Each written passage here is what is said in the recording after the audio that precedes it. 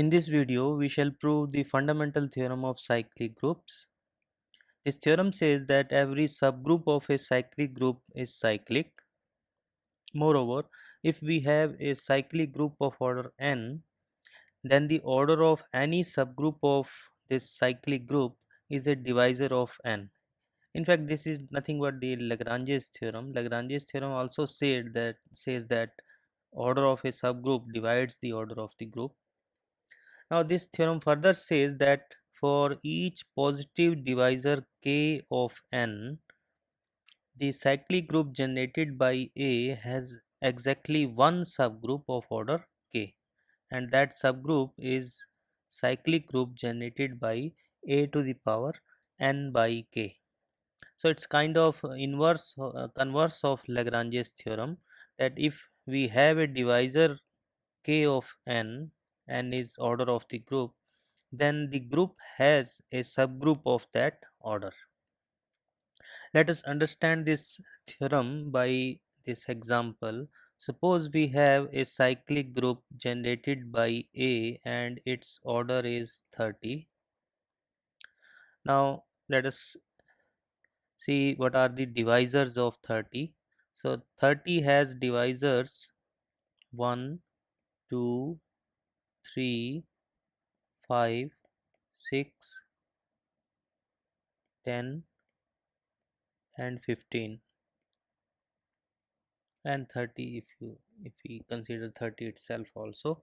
So these are the divisors of cyclic group, divisors of 30.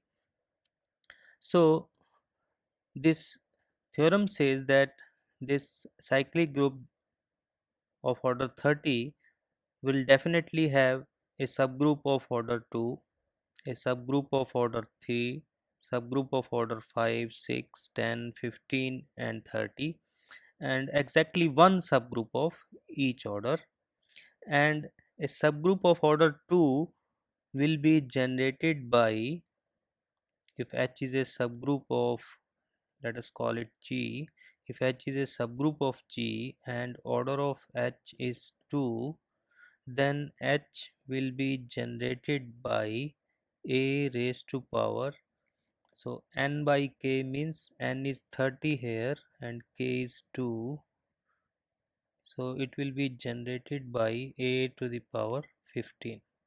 This will be a subgroup of G of order 2, and if H is a subgroup of G and order of H is 3, theorem says that G will definitely have a subgroup of order 3, then this H will be generated by A raised to power 30 by 3.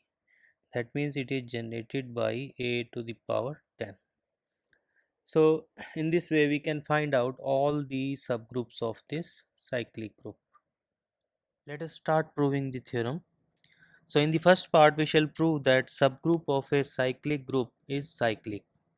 So let G be a cyclic group generated by A and let H be a subgroup of G. We need to show that H is cyclic. Now if H is the identity subgroup, then it is generated by 1 and so it is cyclic. So suppose that H is not the identity subgroup, then some positive power of A will be in H. Let m be the least positive integer such that A to the power m is in H. Because A to the power m is in H, so every power of A to the power m is also in H because H is a subgroup. So cyclic group generated by A to the power m is a subset of H. We shall show that these two are equal. H is equal to generated by this cyclic group A to the power m. So for this, let us take an element B in H. We shall show that it belongs to the cyclic group generated by A to the power m. Now B is in H and H is a subgroup of G, so B belongs to G also, and G is generated by A. So B will be some power of A. Let us say B is A to the power k. We divide this k by m. So Q is the quotient and R is the remainder, where R lies between 0 and m. then a raised to power k is a raised to power mq plus r. This is further equal to a raised to power mq into a raised to power r. From this it implies that a raised to power r is equal to a raised to power k into a raised to power minus mq. But a raised to power k is b, that is already in H, and a raised to power mq is also in H because cyclic subgroup generated by a to the power m is contained in H. So we have a raised to power r is in H, but m is the least such that a to the power m in H, least positive. So if r is positive, then a to the power r cannot be in H, so r must be 0. So if r is 0, then k is equal to mq. So b, which is equal to a to the power k, now becomes a raised to power mq. This we can write down as a raised to power m and then power q. So it belongs to cyclic group generated by a to the power m. So H is contained in this cyclic subgroup and hence H is equal to cyclic group generated by a to the power m. This proves the first part, that subgroup of a cyclic group is cyclic. In the second part, we prove that if H is a subgroup of G, then order of H divides the order of G, that is n. Now in the first part, we have shown that H is generated by a to the power m for some m. So now a to the power m and then raised to power n is equal to first a raised to power n and then power m, but a to the power n is 1, so this becomes 1. So this implies that order of a to the power m divides n, but H is generated by a to the power m, so their orders are same. Order of H is same as order of a to the power m, and hence order of H divides n. We now prove the last part of the theorem, which says that if k is any divisor of n, then G has exactly one subgroup of order k, and that is generated by a raised to power n by k. So for this, let us consider a divisor k of n, and we consider this element a raised to power n by k. Now if we take the kth power of this element a raised to power n by k, we get a to the power n, which is 1. So this element a to the power n by k is killed by k, so its order is definitely less than or equal to k. We show that it is exactly equal to k. So for this, let us take an integer t which is strictly less than k. If t is less than k, then n by k times t will be less than n by k times k, which is equal to n. So we get that this integer n by k times t is strictly less than n, and because order of a is n, so a to the power this number n by k times t cannot be 1. That means that a raised to power n by k raised to power t cannot be 1.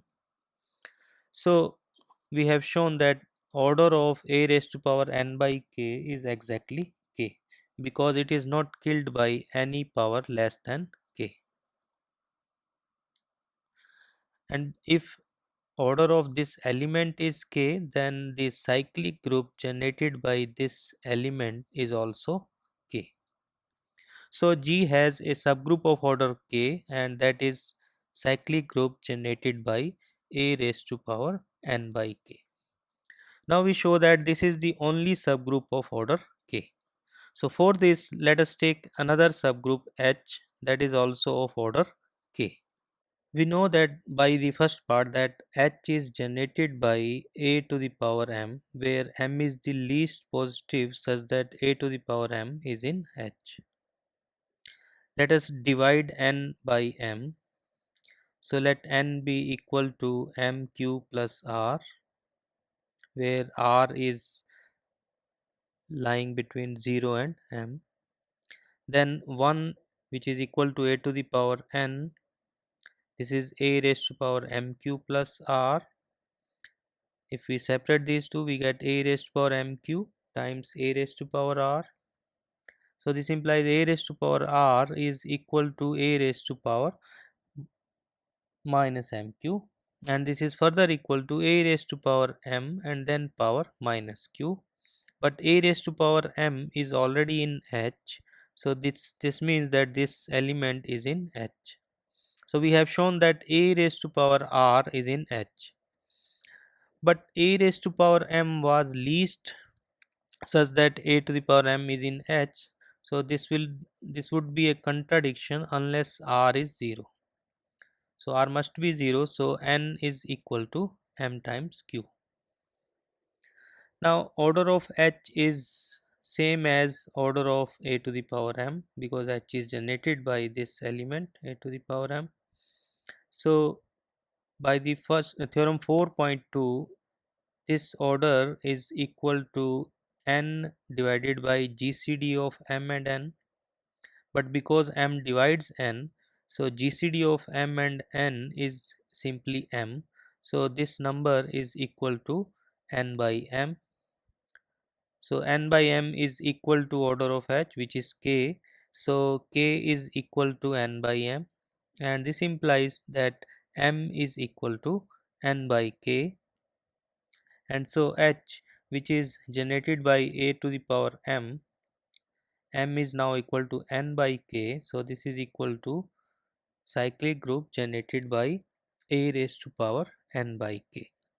So we have shown that there is exactly one cyclic subgroup of G, and that is generated by a raised to power n by k. This proves the theorem. As an immediate consequence of this theorem, we have this following corollary, that if k is a positive divisor of n, then this subgroup generated by n by k is the unique subgroup of Zn of order k, and also that these are the only subgroups of Zn. So let us list all the subgroups of Z30 as an example. Divisors of 30 are 1, 2, 3, 5, 6, 10, 15 and 30. These are the divisors of 30. So by this corollary, its subgroups are, first subgroup is generated by 30 divided by 1, because we are taking k equal to 1.